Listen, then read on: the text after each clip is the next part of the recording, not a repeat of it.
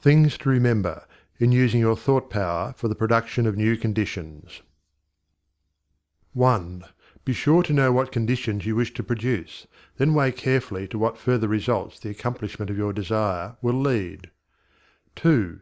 By letting your thought dwell upon a mental picture, you are concentrating the creative spirit to this center, where all its forces are equally balanced.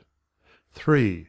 Visualizing brings your objective mind into a state of equilibrium, which enables you to consciously direct the flow of spirit to a definitely recognized purpose, and to carefully guide your thought from including a flow in the opposite direction.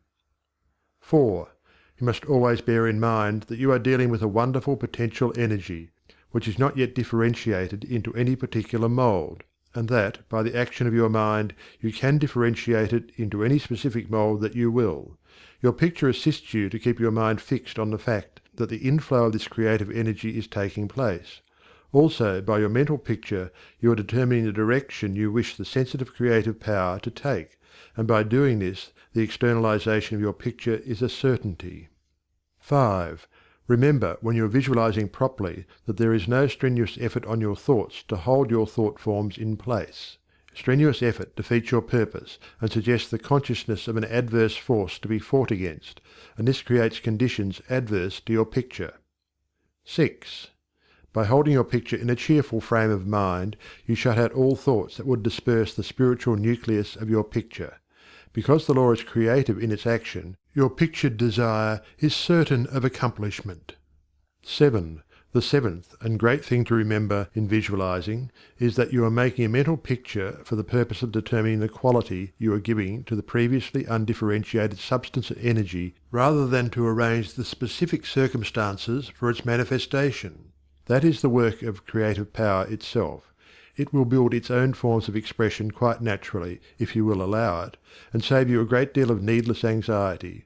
What you really want is expansion in a certain direction, whether of health, wealth, or what not, and so long as you get it, as you surely will if you confidently hold to your picture, what does it matter whether it reaches you by some channel which you thought you could count upon, or through some other of whose existence you had no idea? You are concentrating energy of a particular kind for a particular purpose.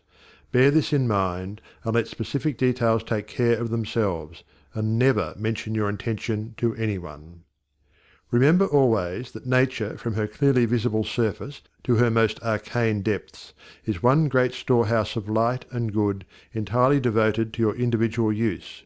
Your conscious oneness with the great whole is the secret of success, and when once you have fathomed this, you can enjoy your possession of the whole or a part of it at will, because by your recognition you have made it, and can increasingly make it yours. Never forget that every physical thing, whether for you or against you, was a sustained thought before it was a thing. Thought as thought is neither good nor bad. It is creative action and always takes physical form. Therefore the thoughts you dwell upon become the things you possess or do not possess.